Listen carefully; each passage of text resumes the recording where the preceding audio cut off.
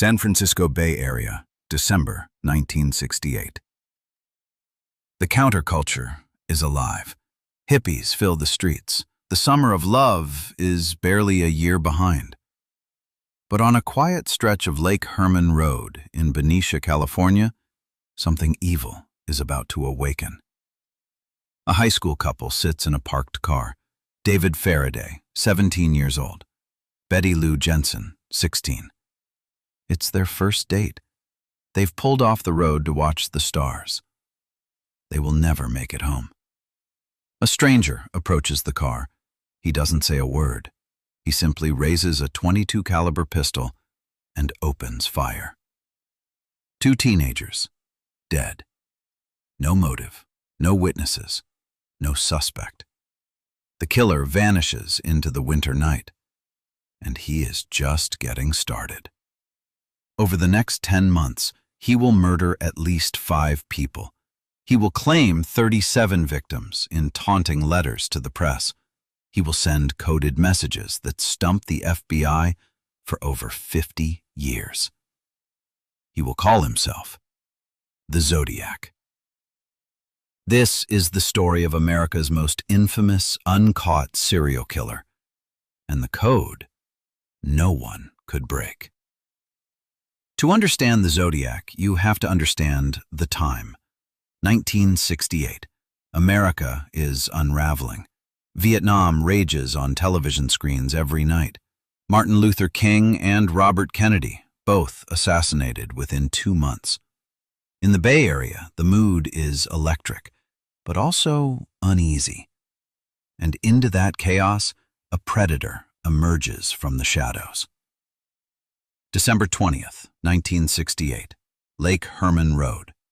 Detectives from the Solano County Sheriff's Office arrive at the scene. David's body lies on the ground beside the passenger door. Bettye Lou is found 28 feet away. She tried to run. The killer fired 9 shots.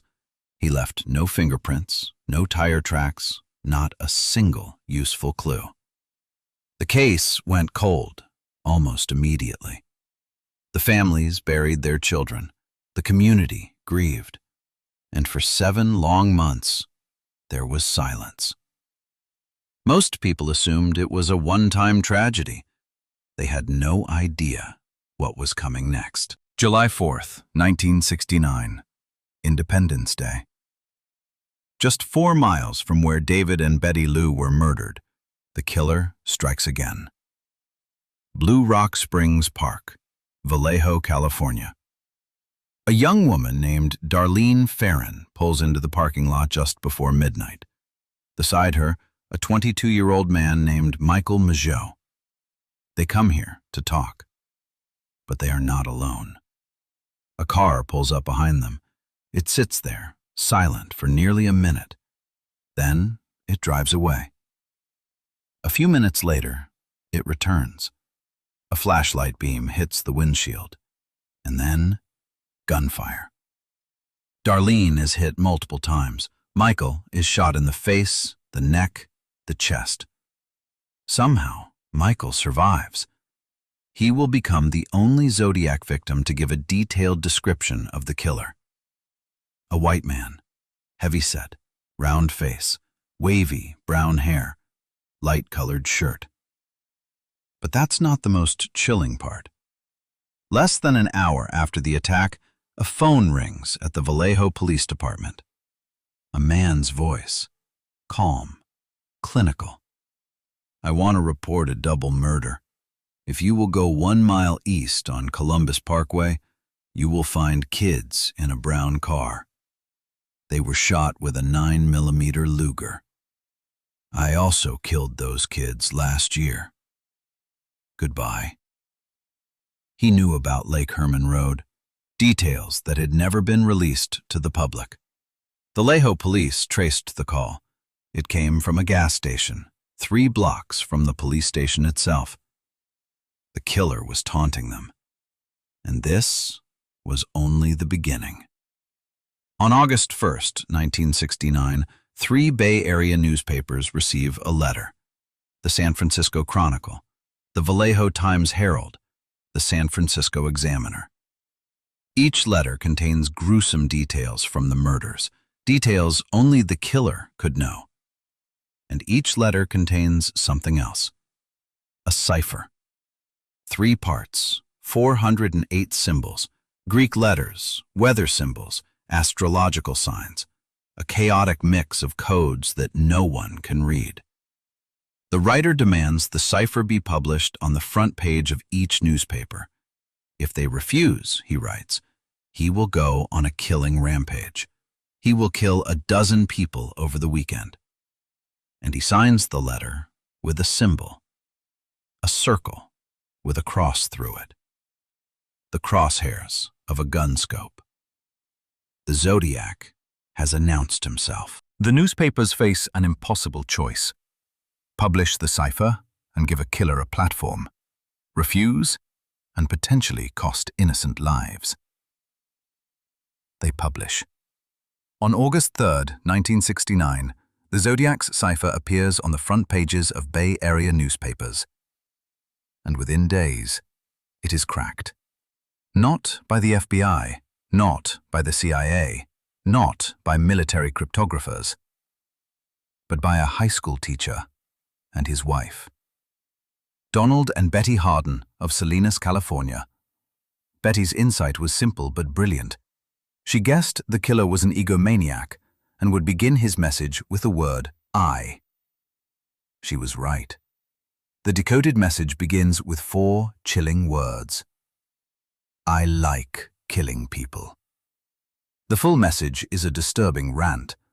The Zodiac claims he kills to collect slaves for the afterlife. But there's a catch. He does not reveal his identity. And then, on September 27th, 1969, he strikes again. Lake Berryessa, Napa County. A young couple is picnicking on the shore. Brian Hartnell, 20, Cecelia Shepard, 22. A man appears from the woods. He wears a bizarre costume, a black executioner's hood, a bib on his chest. Embroidered on that bib, the same crosshair symbol. He holds a gun. He ties them up with pre-cut lengths of rope. And then he draws a knife. He stabs them both, repeatedly. Brian survives. Cecelia does not. Before leaving, the Zodiac walks to Brian's car and writes on the door in black marker the crosshair symbol and a list of dates. Lake Herman, Vallejo, Berryessa. He was keeping a scorecard. Less than 2 weeks later, October 11th, 1969, the Zodiac comes to San Francisco. Paul Stine, 29 years old, a graduate student driving a taxi to pay his way through school. He picks up a fare in the theater district. The destination? Washington and Maple Street, Presidio Heights. A quiet, upscale neighborhood. But when they arrive, Stine is shot once in the head, point-blank range. The killer tears off a piece of Stine's bloody shirt and takes it with him. He calmly wipes down the cab.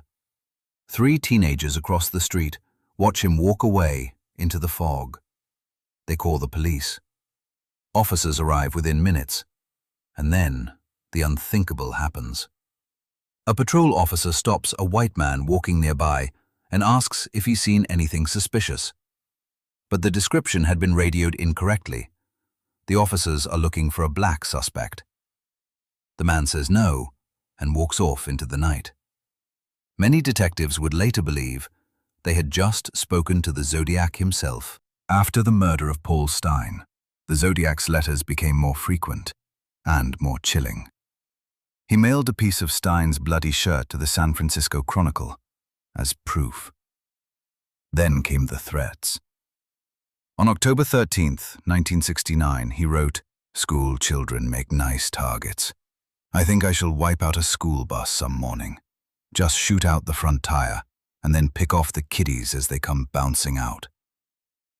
The Bay Area panicked. School buses were given police escorts. Parents refused to let their children walk to class. The city lived in fear. Over the next several years, more letters arrived. each one beginning with the same phrase. This is the Zodiac speaking. He sent another cipher, 340 symbols, unbroken.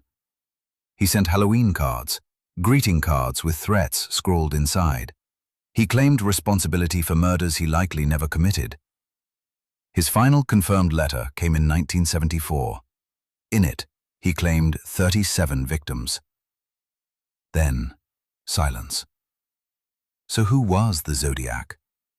Over the decades, investigators narrowed in on more than 2,500 potential suspects. But one name keeps coming back.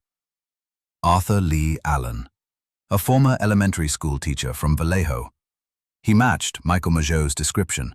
He owned a Zodiac-brand watch, the same brand that inspired the killer's crosshair symbol. He lived in the right areas.